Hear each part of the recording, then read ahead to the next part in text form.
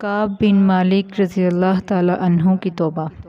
غزوہ تبوک کے لیے 10,000 صحابہ جمعرات کے دن نبی صلی اللہ علیہ وآلہ وسلم کے ہمراہ چلے۔ 3,000 صحابہ ایسے تھے جو مدینہ منورہ میں ہی رہ گئے۔ ان میں سے ایک کعب بن مالک تھے۔ ان کا تعلق قبیلہ خزرج سے تھا۔ وہ فرماتے ہیں کہ میرے پاس 2 اونٹنیاں تھیں۔ اس سے پہلے ایسی 2 اونٹنیاں کبھی نہیں ہوئی تھیں اور گھر میں بیویاں بھی تھیں، تو میں نے سوچا میں نے جہاد پر تو جانا ہی ہے، چلو ایک اور دن گھر پر گزار کر آرام کر لیتا ہوں، اس طرح گھر والے بھی خوش ہو جائیں گے، اور ویسے بھی میرے پاس سواری بھی بہت تیز ہے جس کی وجہ سے میں جلد ہی پہنچ جاؤں گا۔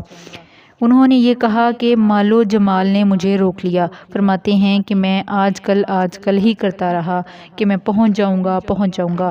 مدینہ میں جو لوگ پیچھے رہ گئے تھے ان میں سے 1-2 کے علاوہ باقی سب منافقین ہی تھے۔ میں جانے کے لیے سوچتا ہی رہا، بالآخر مجھے پتہ چلا کہ وہ قافلہ واپس آ رہا ہے۔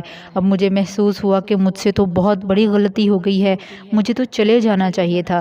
جب نبی صلی اللہ علیہ وآلہ وسلم واپس تشریف لائے تو منافقین آپ صلی اللہ علیہ وآلہ وسلم کے پاس گئے اور قسمیں کھا کر اپنے عذر پیش کرنے لگے کہ ہم اس وجہ سے غزوہ میں نہ جا سکے۔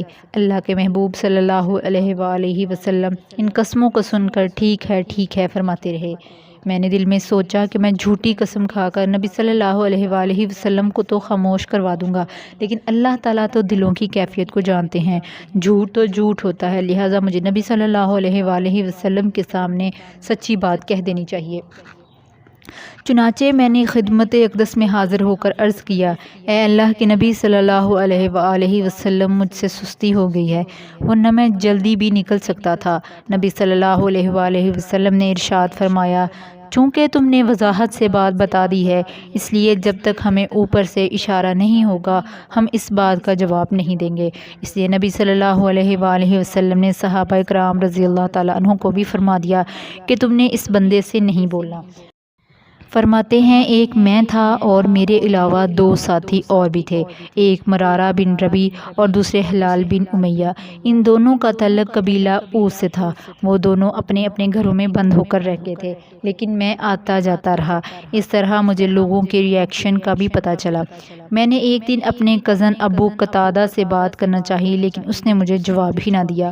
تو اسے اپنا جگری دوست سمجھتا تھا، لیکن اس نے بھی بے رخی کا مظاہرہ کیا۔ میں نے اس سے کہا، اے ابو قتادہ، کیا آپ جانتے ہیں کہ میں اللہ اور اس کے رسول صلی اللہ علیہ وآلہ وسلم سے محبت کرتا ہوں؟ اس نے جواب دیا، اللہ اور اس کے رسول بہتر جانتے ہیں۔ اس کا یہ جواب سن کر میں بہت ہی پریشان ہوا کہ اب میرا یہ حال ہے کہ کوئی مجھ سے بات تک کرنا پسند نہیں کرتا۔ میرے دل میں یہ غم تھا کہ اگر اسی حالت میں میری موت آ گئی تو نبی صلی اللہ علیہ وآلہ وسلم میرے جنازے کی نماز بھی نہیں پڑھیں گے، اور اگر نبی صلی اللہ علیہ وآلہ وسلم دنیا سے تشریف لے گئے تو اللہ کے محبوب صلی اللہ علیہ وآلہ وسلم ناراض جائیں گے، اور یہ بھی کسی خسارے سے کم نہیں تھا۔ اسی غم نے مجھے بے چین کر دیا۔ ایک مصیبت اور آ پڑی کہ بات چلتے چلتے عیسائیوں کے بادشاہ شاہ غسان تک جا پہنچی۔ اس نے کسی کے ذریعے میری طرف ایک خط بھیجا۔ اس میں اس نے لکھا کہ تمہارے سردار نے تمہیں بہت مشکل میں ڈال دیا ہے، لہٰذا اگر تم میرے پاس آ جاؤ تو میں تمہاری مدد بھی کر دوں گا اور تمہیں عزت بھی دوں گا۔ میں نے اس کا وہ خط تو تندور میں پھینک دیا، لیکن مجھے اس بات کا بہت دکھ تھا کہ شیطان کو حملہ کرنے کے لیے میں ہی ملا تھا کہ اب کافر بھی مجھ سے امیدیں لگانے بیٹھ گئے ہیں۔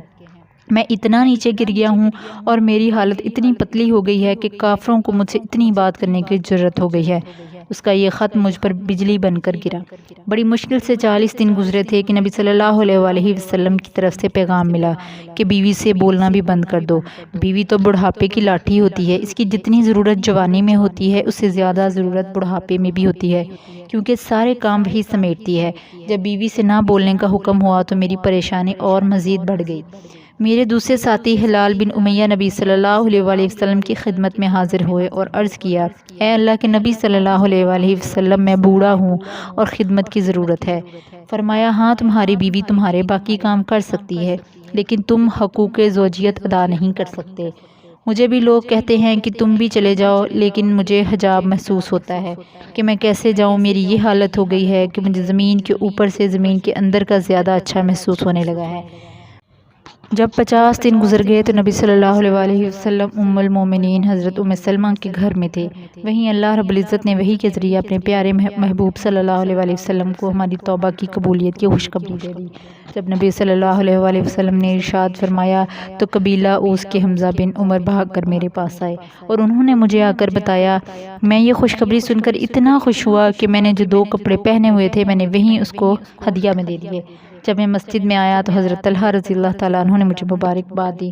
فرماتے ہیں کہ حضرت طلحہ کی یہ مبارکباد مجھے کبھی نہیں بھولے گی۔